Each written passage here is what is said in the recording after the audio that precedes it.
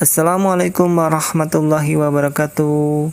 Alhamdulillah kita ketemu kembali dalam kondisi sehat walafiat, dan mudah-mudahan saya doakan teman-teman semua yang menyaksikan pembelajaran kali ini juga diberikan oleh Allah SWT kesehatan yang melimpah dan diberikan semangat belajar yang tinggi sehingga kita tetap semangat belajar walaupun kondisi negeri kita mengalami pandemi. Pada pertemuan kali ini, kita akan membahas tentang ancaman terhadap negara di bidang non-militer. Sebelum kita membahas ancaman terhadap negara di bidang non-militer, alangkah baiknya kita review pembelajaran kita pekan lalu tentang ancaman-ancaman terhadap negara di bidang militer. Nah, apa saja ancaman-ancaman yang ada di bidang militer? Tolong teman-teman yang menyaksikan, anak-anak bapak yang menyaksikan di rumah, silahkan diingat-ingat ada apa saja ancaman-ancaman di bidang militer. Nah, oke, untuk di kelas ini mohon Dudung sebutkan, diingat-ingat apa saja ancaman di bidang militer. Silahkan Dudung. Seingat Dudung, Pak, ancaman-ancaman di bidang militer itu ada 6. Yang pertama ada agresi, yang kedua ada pelanggaran wilayah, yang ketiga ada spionase, yang keempat ada sabotase, yang kelima ada teror bersenjata, yang keenam ada pemberontakan. Itu yang Dudung ingat, Pak, ada 6. Oke, alhamdulillah, terima kasih Dung atas jawabannya. Memang ancaman militer itu ada 6, dan mudah-mudahan teman-teman yang di rumah, anak-anak bapak yang di rumah juga ingat ya pelajaran kita pekan lalu, ya, yaitu ancaman militer itu ada 6. Yang pertama agresi militer, yang kedua pelanggaran wilayah, yang ketiga spionase, yang keempat sabotase, yang kelima teror bersenjata, dan yang terakhir itu ada pemberontakan. Nah, pekan ini atau pertemuan ini kita akan membahas tentang ancaman non-militer.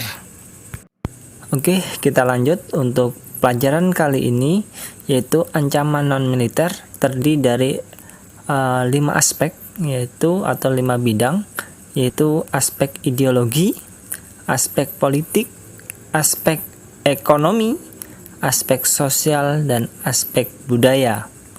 Ini ada 5 aspek yang perlu kita ingat. Apa tadi? Aspek ideologi, aspek politik, aspek ekonomi, aspek sosial, aspek budaya. Nah, di 5 aspek ini rentan terhadap ancaman terhadap negara, dan akan kita bahas bagaimana timbulnya ancaman dan bagaimana mengatasinya. Oke, kita bahas satu-satu, yaitu aspek ideologi. Aspek ideologi ini dapat diartikan sebagai kondisi dinamis kehidupan ideologi bangsa Indonesia. Ketahanan ini diartikan mengandung keuletan dan ketangguhan kekuatan nasional dalam menghadapi serta mengatasi segala tantangan dan ancaman, serta hambatan dan gangguan yang datang dari luar maupun dari dalam secara langsung maupun tidak langsung membahayakan keberlangsungan kehidupan ideologi dan negara Indonesia. Nah, aspek ideologi ini menyerang dari sisi ideologi bangsa dan dasar negara. Nah, di aspek inilah ya ideologi itu diserang. Nah, bagaimana cara mengatasinya? Ya, cara mengatasinya berarti negara memberikan kondisi yang dinamis dalam kehidupan berbangsa dan bernegara, sehingga tidak ada rongrongan, tidak ada ancaman, dan tidak ada hal-hal yang menyerang ideologi bangsa, serta negara itu memberikan kekuatan, bahkan masyarakat diedukasi untuk memahami ideologi-ideologi bangsa dan menjalankan ideologi-ideologi bangsa itu dengan baik dan benar. Aspek yang kedua yaitu aspek politik. Kekuatan pada aspek politik diartikan sebagai kondisi dinamis kehidupan politik bangsa Indonesia yang berisi keuletan dan ketangguhan kekuatan nasional dalam menghadapi serta mengatasi segala tantangan, ancaman, hambatan, dan gangguan datang dari luar maupun dari dalam secara langsung maupun tidak langsung, membahayakan keberlangsungan kehidupan politik bangsa dan negara Indonesia berdasarkan Pancasila dan Undang-Undang Dasar 1945. Aspek politik ini dapat membahayakan kekuasaan pemerintah dan memporak-porandakan kekuatan atau kondisi politik di suatu negeri. Ketika kondisi politik di suatu negeri itu hancur, maka akan membahayakan kedaulatan negara, karena banyak masyarakat yang bertikai di situ. Maka aspek ini, bagaimana cara mengatasinya? Ya, cara mengatasinya aspek ini maka ditimbulkanlah kesadaran politik dalam masyarakat itu, dan ditingkatkanlah budaya politik menjadi budaya politik masyarakat yang partisipan, tidak apatis. Nah, disinilah banyak peran, baik peran masyarakat maupun peran negara untuk menimbulkan semua itu.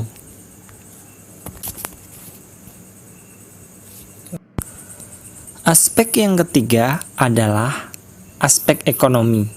Nah, ketahanan ekonomi diartikan sebagai kondisi dinamis kehidupan perekonomian bangsa Indonesia yang berisi keuletan dan ketangguhan kekuatan nasional dalam menghadapi serta mengatasi segala tantangan, ancaman, hambatan, dan gangguan yang datang dari luar maupun dari dalam secara langsung maupun tidak langsung, membahayakan kelangsungan ekonomi bangsa dan negara berdasarkan Pancasila dan Undang-Undang Dasar 1945. Lumpuhnya ekonomi suatu negara maka akan menghancurkan atau akan melumpuhkan pula kekuatan negeri itu. Maka dari itu, ya, kuatnya ekonomi suatu negara maka akan menguatkan pula ketahanan negeri itu. Nah, maka dari itu, untuk mengatasi ancaman-ancaman di bidang ekonomi ini, negara perlu menumbuh kembangkan ya UMKM atau usaha-usaha dalam negeri, ya, baik itu usaha perorangan maupun usaha swasta ataupun usaha-usaha milik negara, itu harus dikuatkan dari aspek ekonomi. Nah, maka peran kita juga sebagai masyarakat juga harus mencintai produk-produk dalam negeri, menguatkan ekonomi-ekonomi dalam negeri, dan membantu pengusaha-pengusaha dalam negeri. Aspek yang keempat adalah aspek sosial. Nah, aspek sosial ini panjang pembahasannya, itu akan menyangkut tentang kehidupan sosial bernegara, baik pemerintah dengan rakyatnya, atau rakyat dengan rakyat, atau rakyat dengan pemerintah. Nah, di aspek sosial ini, ya, karena kita bahas pemerintah, berarti kita bahas sistem pemerintahan dulu. Sistem pemerintahan berdasarkan atas hukum, tidak berdasarkan atas kekuasaan yang bersifat absolut, ya, kedaulatan ada di tangan rakyat dan dilakukan oleh Majelis Permusyawaratan Rakyat sebagai, ya, perwakilan seluruh rakyat Indonesia. Mekanisme politik memungkinkan adanya perbedaan pendapat, namun perbedaan pendapat tidak menyangkut nilai dasar sehingga tidak berseberangan, ya, yang dapat menjurus pada konflik fisik. Kepemimpinan nasional mampu mengakomodasi aspirasi yang hidup dalam masyarakat dengan tetap berpedoman pada Pancasila, Undang-Undang Dasar 1945, dan wawasan Nusantara. Komunikasi politik bertimbal balik antara pemerintah dengan masyarakat dan antar kelompok atau golongan dalam masyarakat terjalin dengan baik untuk mencapai tujuan nasional dan kepentingan nasional. Nah, jika semua itu dijalankan dengan baik, maka tidak akan terjadi konflik atau terjadi gangguan ancaman di aspek sosial. Namun jika sebaliknya, maka akan timbul konflik dari aspek sosial, baik dari pemerintah maupun dari masyarakat.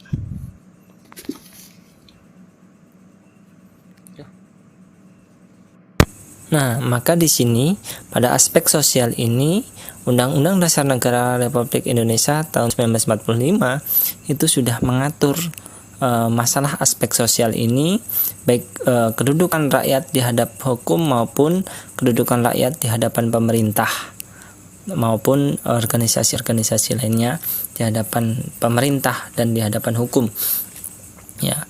Nah, ini diatur melalui Undang-Undang Dasar 1945 pasal 27 baik ayat 1 maupun ayat 2. Nah, demikian ini akan mempermudah rakyat Indonesia menjalin aspek sosial dengan pemerintah, baik di hadapan pemerintah maupun di hadapan hukum. Nah, yang terakhir atau yang kelima adalah aspek budaya. Aspek budaya diartikan sebagai kondisi dinamis budaya bangsa Indonesia yang berisi keuletan dan ketangguhan kekuatan nasional dalam menghadapi serta mengatasi segala tantangan, ancaman, hambatan, dan gangguan yang datang dari luar maupun dari dalam secara langsung maupun tidak langsung, yang membahayakan keberlangsungan kehidupan budaya Indonesia. Sesuai amanat Undang-Undang Dasar 1945 pasal 32, maka kita sebagai bangsa Indonesia harus melestarikan kebudayaan-kebudayaan daerah untuk memperkaya kebudayaan nasional dan memperkenalkan atau membumikan kebudayaan nasional di kancah internasional, sehingga kebudayaan nasional atau kebudayaan daerah tidak tergerus oleh budaya-kebudayaan asing. Nah, sehingga generasi kita itu lebih mencintai budaya-budaya daerah maupun budaya-budaya nasional ketimbang budaya-budaya asing. Maka di sini peran kita sebagai warga negara untuk memperkuat budaya-budaya nasional maupun budaya-budaya daerah untuk memperkaya dan mengenalkan dan melestarikannya untuk generasi saat ini. Demikian pembelajaran kali ini yang bisa saya sampaikan. Saya silakan mohon maaf. Saya akhiri. Assalamualaikum warahmatullahi wabarakatuh. Oke, teman-teman, jangan lupa like, comment, and share video pembelajaran kita pada pertemuan kali ini.